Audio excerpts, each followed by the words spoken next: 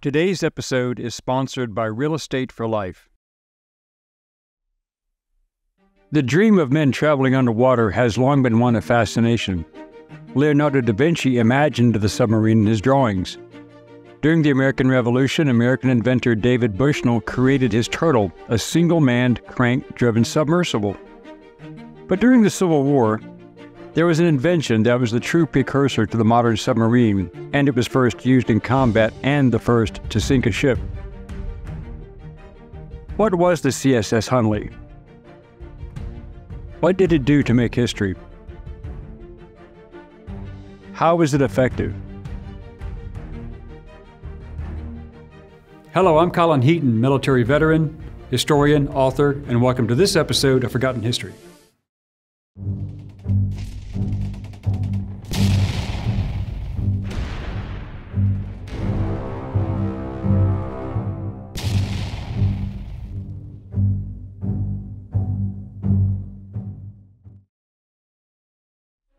The first almost operational submarine named was for its inventor, Horace Lawson Hunley, who provided financing for builder James McClintock to design three submarines: the Pioneer in New Orleans, Louisiana, the American Diver, built in Mobile, Alabama, and the Hunley, also built in Mobile.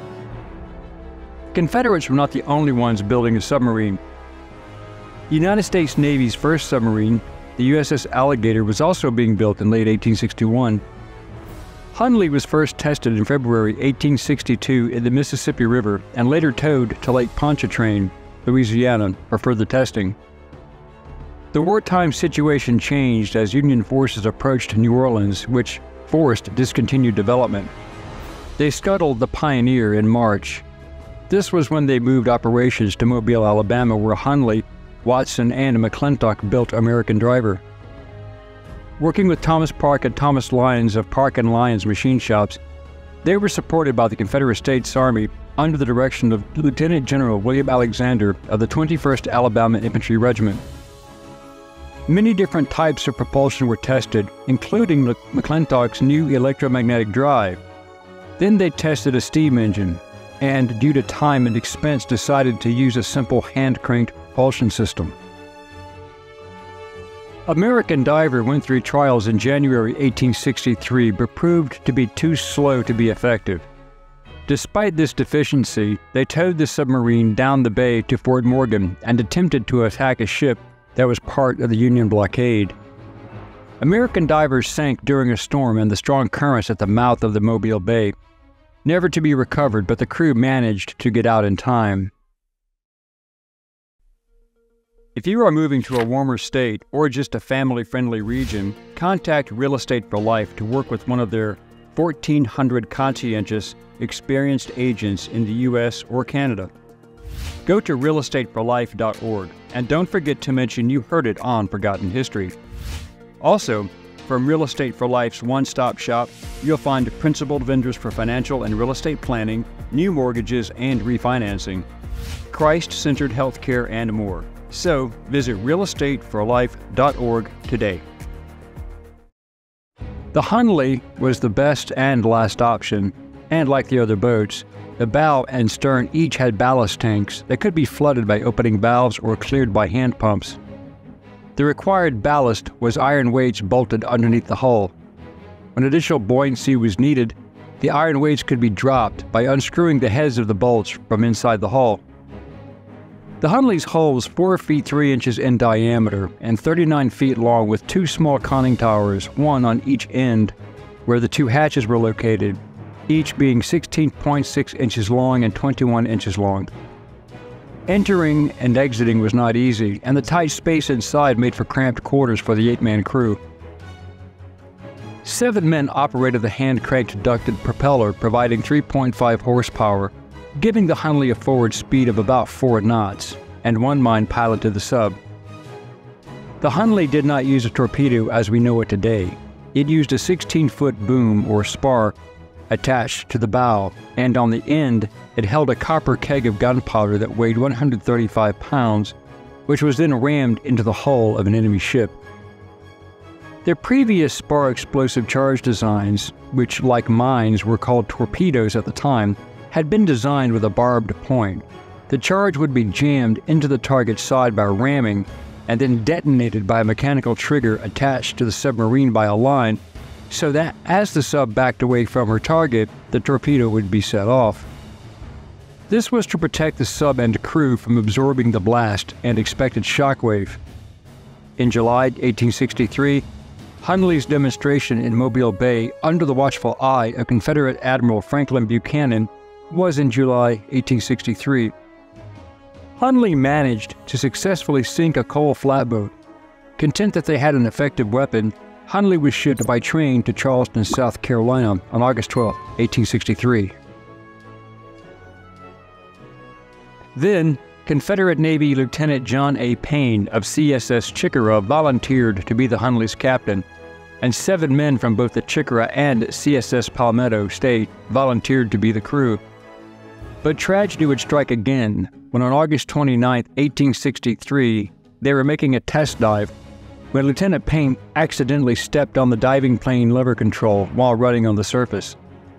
Hunley dived bow first rapidly with an open hatch.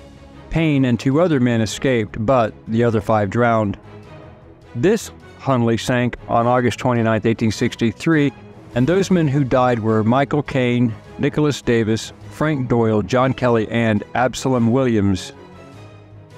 The Hunley sank again on October 15, 1863, after it had been resurfaced, killing all 8 crew members, including Horace Lawson Hunley, who was aboard at the time, despite not being a member of the Confederate military.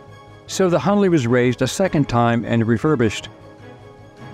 The others who died were Thomas S. Parks, Henry Beard, R. Brookbanks, John Marshall, Charles McHugh, Joseph Patterson, and Charles L. Sprague.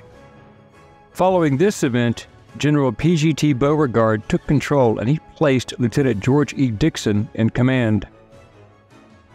The Hunley was then made ready for its historic mission, and on February 17, 1864, when the sub sank the 1,100-ton Union ship USS Housatonic outside Charleston Harbor, South Carolina, the Hunley also sank, taking the 8-men crew to their deaths. But there have been many questions about this event. After the Hunley was located in 1995 and salvaged in 2000, and archaeologists pored over the wreck, they discovered a spool of copper wire and what seemed to be parts of a battery, leading to the possibility that the charge may have been electrically detonated. Further investigation points to the possibility that Hunley's explosive charge had no barbs and was designed to explode on contact as it was pushed against an enemy vessel at close range, which would make sense. A forensics examination showed that the skeletons were still sitting at their stations with no broken bones or outward signs of trauma, and the sub was in very good condition. The conclusion was that the Hunley's entire crew had died from the explosive shockwave at the moment the charge detonated against the hull of Housatonic. In October 2008, scientists reported that they had found that the crew of Hunley had not set her pump to remove the water from the crew's compartment, and this might indicate that she was not flooded until after they died. In 2018, researchers reported that the keel blocks, which the crew could release from inside the vessel to allow the sub to surface quickly in an emergency, had never been released. That meant the crew was dead rather quickly and unable to lose the ballast. Duke University researcher Rachel Lance studied the Hunley during her PhD studies in biomedical engineering and determined that the crew were killed by massive lung and brain injuries caused indirectly by their own torpedo. She stated, "There were some holes in the hull that were the result of time under the sea, but there was no actual damage found to have happened from the blast itself. There are some scientists who believe that the crew may have suffocated or drowned, but this does not fit with the fact that there was no appreciable damage to the hull that would have explained a rapid flooding." Adding to the story was the discovery of a bent 1860 $20 gold piece. It bears the inscription, "Shiloh, April 6, 1862, My Life Preserver, GED," on the smooth area of the coin's reverse side. Legend has it that Dixon's fiancée, Queenie Bennett, gave him the coin as a good luck charm to protect him. That has been the Dixon family story since the Civil War. Dixon did in fact have the coin in his pocket at the Battle of Shiloh, where he was shot by a mini-ball, a hollow-based bullet, which struck him in the thigh on April 6, 1862. The bullet struck the coin, deflecting and smashing the bullet, thereby saving his leg while fracturing his hip bone, and possibly saving his life. After he recovered, Dixon had the coin engraved, recording the event, and carried it as a lucky charm. The forensic examination on his skeletal remains showed a healed injury to Dixon's hip bone, corroborating the story. On April 17, 2004, in the finest tradition of the military, the remains of the crew were laid to rest at Magnolia Cemetery in Charleston and was attended by tens of thousands of people, including 6,000 Civil War reenactors, 4,000 civilians wearing period clothing, and dignitaries and fans from Australia, Germany, Canada, France, Belgium, and Great Britain. I was personally fortunate enough to have been there at this event, and it was a very special occasion indeed. Military color guards from all 5 branches of the U.S. Armed Forces rendered traditional military honors. Even though only 2 of the crew were from the Confederate States, all were buried with full Confederate honors, including being buried with the 2nd Confederate national flag, known as the Stainless Banner. All the men were posthumously awarded the Confederate Medal of Honor.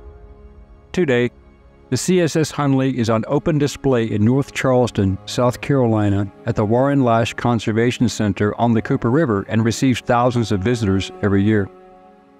An exact replica is on display at the USS Alabama Battleship Memorial Park in Mobile, Alabama, alongside the battleship USS Alabama and the submarine USS Drum.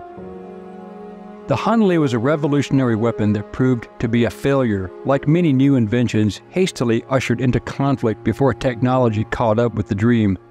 But its legacy still lives. Future generations of submarines would follow, carrying other brave men into danger in the same tradition. I personally knew many of the old submariners, many from World War II, and I always admired their bravery and sense of duty, regardless of their nationality. Thanks for watching today's episode of Forgotten History. If you like this episode, please consider becoming a channel member or joining our Patreon page. This would help us offset the ever-increasing cost of production.